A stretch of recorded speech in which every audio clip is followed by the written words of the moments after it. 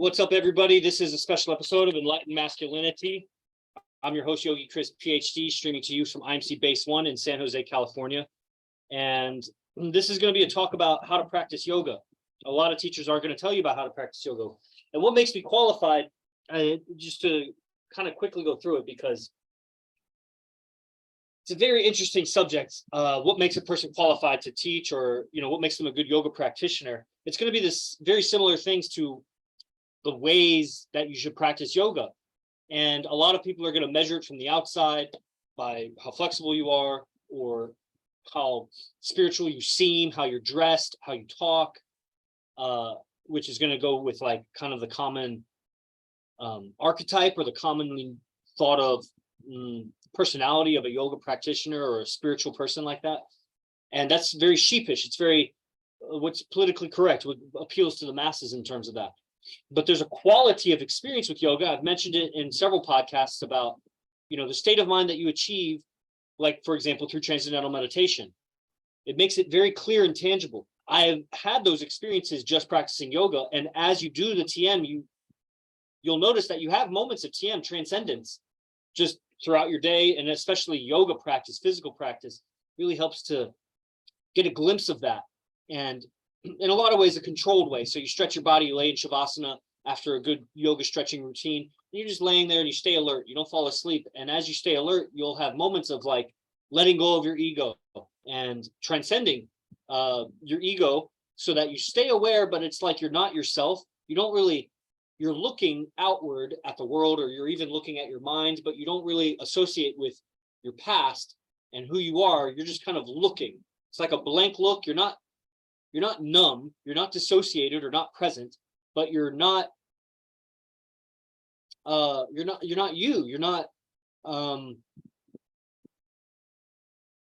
that's what it is. It's a transcendence of your personality and your limited eye consciousness, looking at your mind or looking at your senses. And that it's more about that. In your yoga practice, it's more about that. So I'm Yogi Chris, and I founded a yoga brand. I was already having all of those experiences here and there. And I was a big proponent of Shavasana, like good yoga routine, stretching, breathing, because I did a lot of pranayama for the years that I did it. There are people that practice for like 30, 40, 50 years. And supposedly, if they live really long in the Indian jungle or whatever, they're practicing for like 100 years.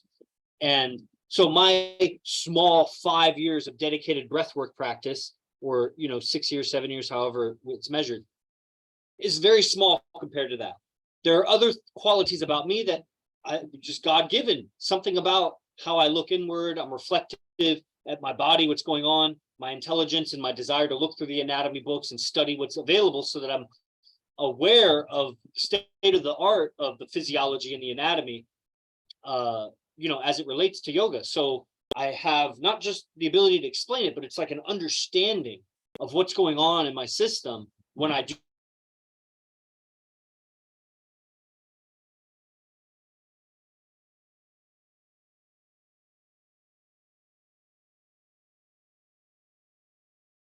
my body or whatever. And then as you practice that, then you get even more subtle, where it's like how my external movements affect my thinking, affects my state of mind, affects my mood.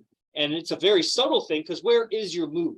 If you have a hurt shoulder, I can point to that and, touch it and it hurts. And it's like, but where is your hurt feelings?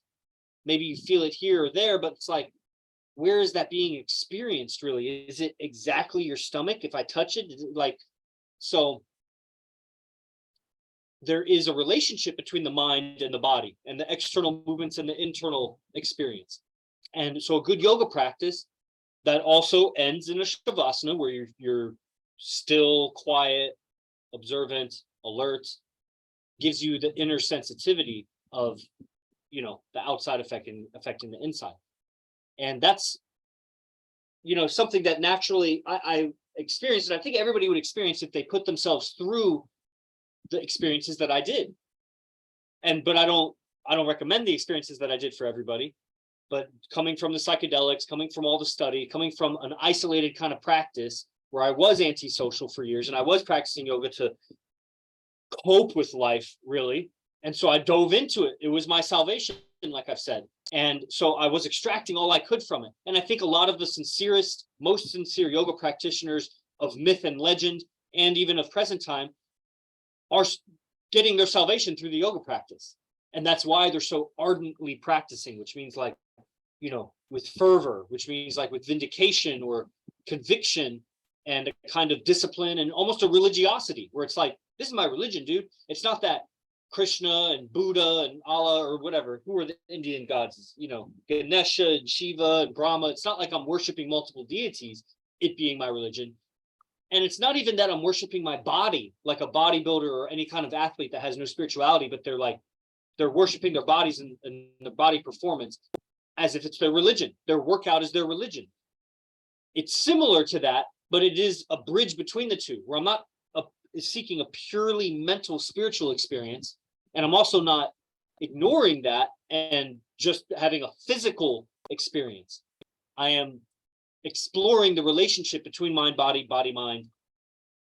And in it, it is bringing me peace. So that's why I dove so deep into it, and I was able to extract so much about it. And so that's why I can authoritatively say, and then the evidence why I can authoritatively say the things that yoga teachers are not telling you about how to practice yoga is all the testimonies, all the proof, all the people I've helped, all of the yoga studios that have hired me multiple times, not just the first time, but even the first time. And then, of course, another line of evidence, which very few people get to see, and it is what it is. A lot of people, they don't even have the eyes to see. They don't have the eyes to see when I practice yoga, what am I experiencing? And that's also why I like my teachers so much. They are also undervalued in terms of how well they practice. But when I see them practice, I see a lot. I'm like, man, there's so much evolution in their practice. I can see that they've gone through a lot. And they are at peace with their body, and they're not violent towards their body, and they've deeply explored the relationship between their body and their mind. And it doesn't mean they have mastery in all the things that are important. Like I say, ninth limb is so much about the social yoga, understanding relationships, communication, and imagination, and how this plays a role in the yoga experience. Now, the yoga experience affects your imagination and communication.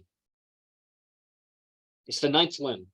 So, but they have mastery over these other things, the anatomy and the postures and everything. So how you practice yoga is, it is in pursuit of this state of mind, of clear seeing, not looking through lenses that are distorting what you're seeing. And so your response becomes a response calculated against a distorted perception. So it's going to be the wrong response. It would be like if you had beer goggles on and you're trying to walk a straight line. The input reception, or however you call it, the input variables, the sight is wrong because of the beer goggles, it distorts it. So then your output action is going to be wrong, and you'll start tumbling and losing your balance because you're wearing beer goggles or whatever. That's what emotions do. That's what wonky states of mind do. Things that are off your vibe, that are not content and complaining and, any kind of insecurities or doubts or these things, and there's emotions attached to these, and they distort our perception. And so we end up wobbling through life, making decisions and actions that are, we got the input variables were wrong. It would be like somebody gives you an algebra equation, 2x plus y, whatever, equals 7, solve for x. And then you're working, and then come to find out they gave you the wrong equation. You'll never get the right answer if you got the wrong equation to start with. If you do, you got it by accident. So if you're getting the wrong input from life through your senses, through your mind, that's called karma. And cycles of samskara, where you just are repeating actions. Karma is the cause and effect. The samsara and samskaras are different. So the karma is I do something, and that's going to create an effect. And something else has done something, and I'm experiencing the effect. And there's this cause and effect in the universe, and I accumulate karmas, which are going to be kind of debts that need to be paid in some way, a debt of action to resolve it. And so the more that I or the less I accumulate debts, or the more I settle my debts with the universe, then the more free my soul, literally. And then samsaras are these longer cycles that we go through where we experience repeated events or repeated situations or repeated emotions. You know, like a trigger. When you get triggered on something, a samsara has been triggered.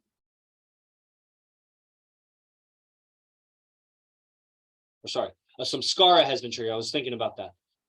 The difference being the samskara is the groove. So when you take repeated actions, it's going to groove in a kind of almost like a sequence, like a domino effect. When this happens, then that happens, and that happens, and that happens, because that's been laid out in your nervous system and your psychology, so that when situation A happens, it's going to cascade all the way to situation Z. And then samsara is going to be this longer cycles in ethereal time that you're going to be re-exposed to the same situations, because your character, and it really all boils back to your character, your persona, your ego, where all of these decisions or the subroutines, the beliefs that the decisions come from are stored in your ego. So how does that relate to physical yoga practice? Everybody starts from where they're at, you know. So if somebody is more interested in the philosophy, then they read the philosophy. If they're more interested in breathing, they do the breathing. If they're more interested in cold exposure, they do that. Stretches, they do that. Meditations, they do that. And I recommend that, but it's going to expand, hopefully, because you'll be limited in experience if you don't expand. Like if you only stick with meditation and never do stretching, or you only do stretching but never do pranayama, or you only do pranayama and never do cold exposure, or you never read the philosophy, then you're missing a lot. And people that do multiple things know you're missing so much. And the thing to do is start from where you're at and understand that the direction you're going in, the point is a state of clear seeing, a contentment. The mind may be happening, but you observe it and you're able to let it go from a place deep within that's very subtle. It's invisible. The ability to let go of your ego, let go of that thought pattern, let go of the tension. It's not the tension, it's the thought creating the tension, which is like, what a subtle awareness. I have a thought connected to this tension. And then, so just how aware a being would need to be aware of that. And then to have enough control to let it go. Like, you know, this happens in any art form, movement art, where they're trying to explain like right leg out. You know, it could be a martial art, it could be yoga, it could be dance, it could be just about anything, soccer. And they're saying, put your foot here, put your hand here. Wrestling, the first time a person does it, their arm goes in the wrong direction. It's like they don't know, they're uncoordinated, and they may not have balance, like the, you know, and it's not anything less than that with the mind. When we're like, let go, and you're like, and it's like the ability, but eventually after thousands of reps, it's like, let go, let go, let go. And you're able to let go so much easier. What? Yeah, is it a comment? It's not a question. Go ahead. It's a comment. I was about to be a question that I was going to ask you in the yoga group this morning, because I noticed in my own practice today that about halfway through I started to get really agitated, and my mind started saying like, this isn't even yoga, this is so stupid, I don't want to do this pose. And like for a second, you know, I almost started to fall for it, and then I was like, wait a minute, like this isn't even real. Like I'm purging whatever, some kind of tensions and like negative emotions through this yoga practice that is feeling a little bit uncomfortable. But just if I let it go and I just relax through this and I just maintain my breath and not put any force into it, by the end of my practice, I'm not going to feel any agitation at all. And that was true for me. And then my question in the yoga group for you was going to be like, why does this happen? Because it's not my first time that I've noticed that. I usually will be about 30 minutes into my yoga workout. Why did it happen that you get real frustrated I start to sometimes? get frustrated and like want to stop, and I'm getting mad at the poses, but I have It's a lack of presence. You're trying to get somewhere. Yeah. You know, so we get frustrated at life when we have somewhere else to be. Yeah. Like, I don't want to be doing this right now. Yeah. Because I have something else I want to do. Yeah, that makes sense, because one of my newer like self-talk, like I'm hot, guys, so I got to take this off. one of my newer self-talk phrases has been like, this is my time for me and I could really do this all day, but I only have like an hour, so I'm really going to enjoy like every single Yeah, second of see, it. that's the thing with your yoga practice. Think if you have just an hour to do it, Yeah. and of course that you're including shavasana at the end and maybe some warm up at the beginning, but whatever, you have this hour to check out of the rest of life. You send out your notifications. I'm yoga for an hour. Not going to be responsive, intention, and then you have an hour to do it. It would be better to enjoy your hour. Just think about this. What is better? Enjoying the hour of yoga practice as much as you could, whatever that means. But just, if that was your intention, second by second, minute by minute, that every minute you were like, am I enjoying this? What could I do to enjoy this more? And you enjoy it more. Yeah. Versus this other objective. I want to get to that pose, or I want to complete this many poses, or I want to feel exercised in this part of my body by the time I'm done. Yeah. And you know, that may be all right to have that intention too, but it should come under the first one, enjoying it. And as you mature, you're in a sense, your sophistication and just the quality of your practice will change. It'll evolve. So like, let's say in the beginning, people, they practice yoga and what makes them feel so good is playing music, listening to music when they do it. It's not that that's wrong. It's that that's influencing a vibe in you. And that's what you like. And do you need that to do that?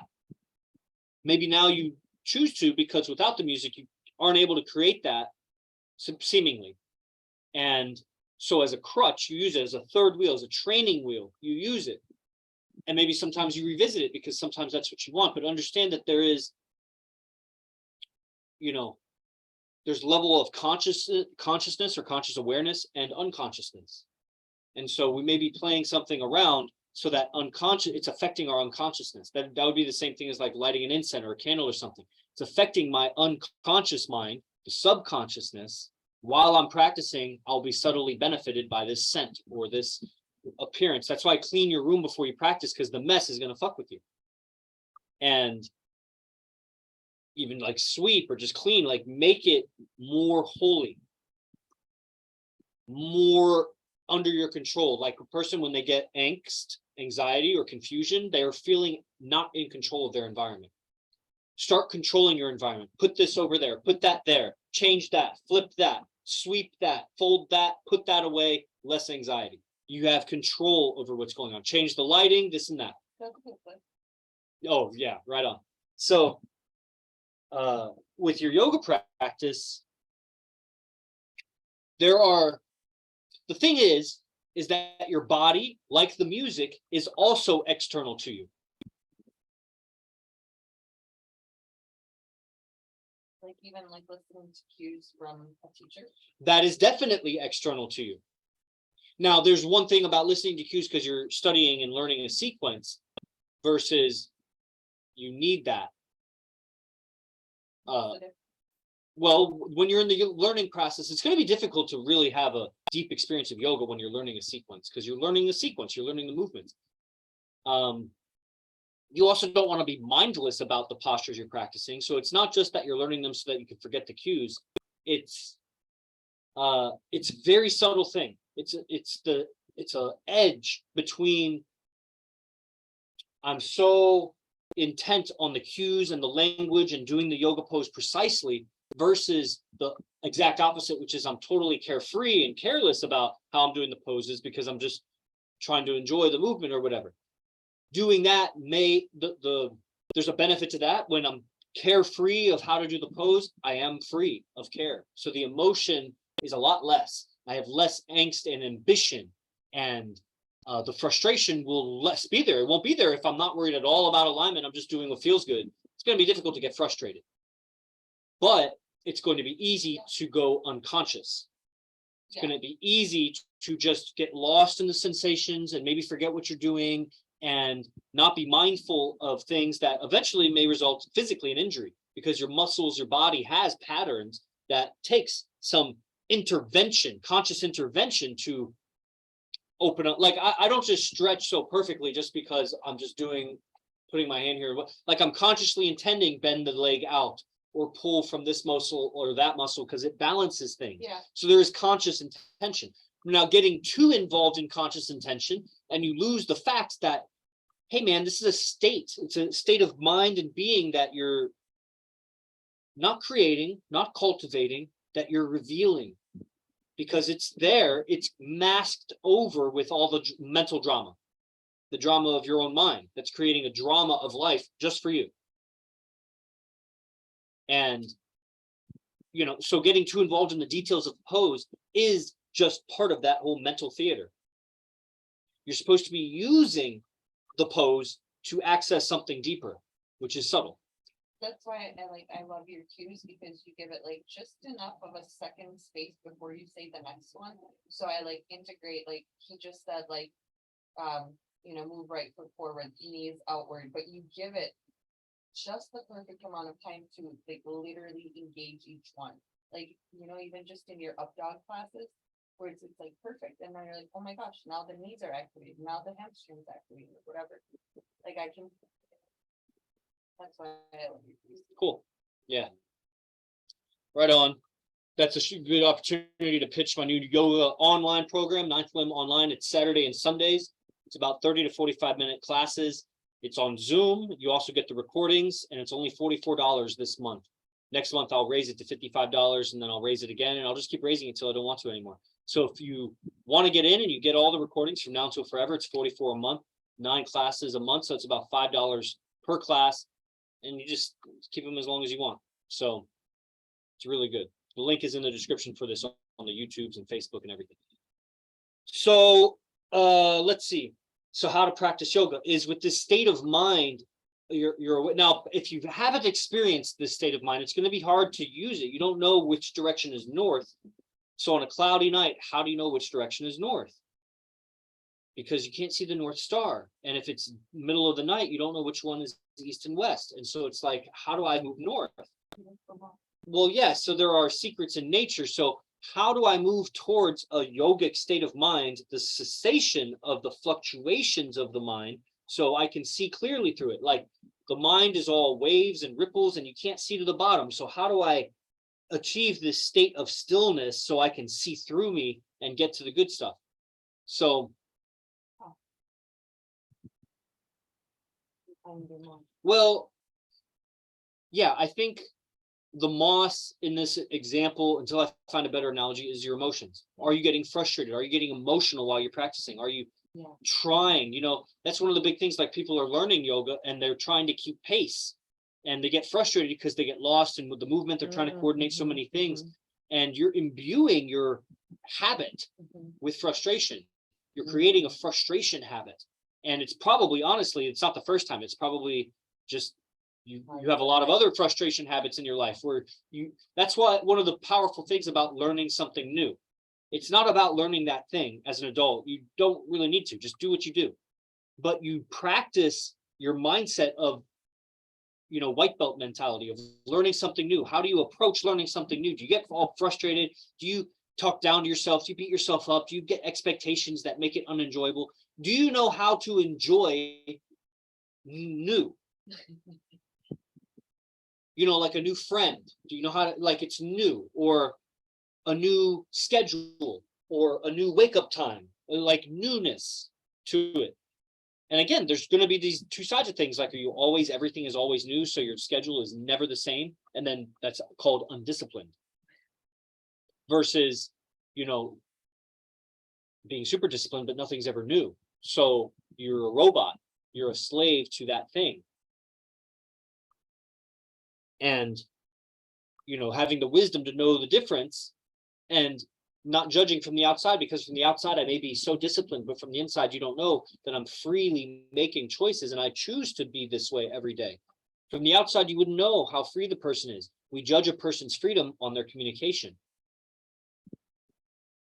how they respond to life, their responses to life. And when they're out of the ordinary from what we expected, we have to start examining, or depending on how astounding it is, we may start examining, where did that person come from to say that?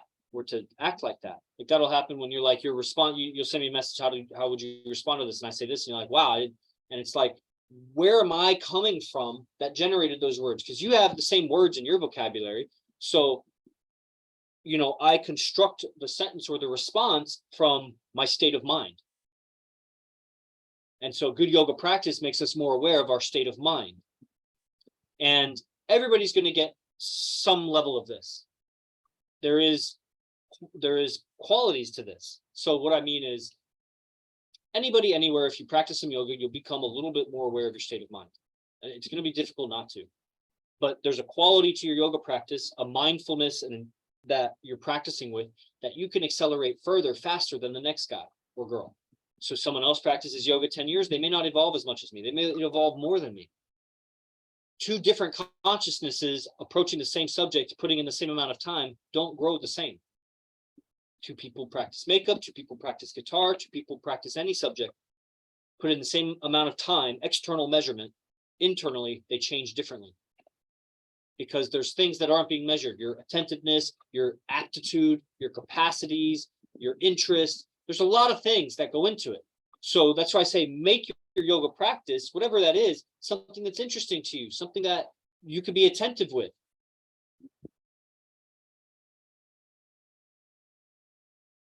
Okay. All right, there's that. That's the end of the stream. This is going on Enlightened Masculinity podcast. Now, there's probably people that don't even practice yoga. So I doubt you got to this extent in the recording if you don't. But if you have gotten to the end and you don't practice yoga, I recommend it. I think there are a lot of movement systems, a lot of things that will help you in many ways. I myself do wrestling, jujitsu. I've done different styles of yoga. And obviously, I think mine is the best for me. And that's what I share. And I think that all those other exercises, lifting weights, calisthenics, other fighting arts, boxing and kickboxing, like there's a lot that the world has to offer in movement, running and cycling. And who knows, dude, there's so much. Dance. Nothing seems to offer this spiritual development like yoga. And like I said, there's chanting, there's meditating, there's stretching, there's breathing practices. All of those are as different as kung fu and boxing and swimming. Those are all different, but all of those can be yoga as much as you apply this mentality of I'm looking for a tranquil, content state of mind where my emotions are not distorting. That's what, you know, why athletics is not yoga, because they get emotional. They get all emotional about what they're trying to do. And it's almost a measure of the person. It's more important to them when they get all emotional about, but they're not seeing clearly when you're emotional. But that's very, if they weren't emotional, honestly, they probably wouldn't do the sport because it's really violent against their body. It damages the body. The only reason they're doing that is because they're so emotional. But that's where the martial art comes in, where it's like, I am violent against my body, but I'm not emotionally abusing my body. I'm doing it for self-defense, self-discipline, spiritual advancement. That would be more pure martial arts versus MMA and kickboxing. You know, those are like sports. So anything you do that you're doing could be a yoga practice, but you'll cultivate a better awareness of this yoga state of mind by actually practicing things called yoga. So again, I'm teaching yoga online. It's all levels. I give lots of variations. The link is in the description or the bio or whatever, wherever. In Instagram here, it's in the bio. And I'll see you online. I'm Yogi Chris. Leave a review for this show. I'll see you on the next one. Jai Guru Dev.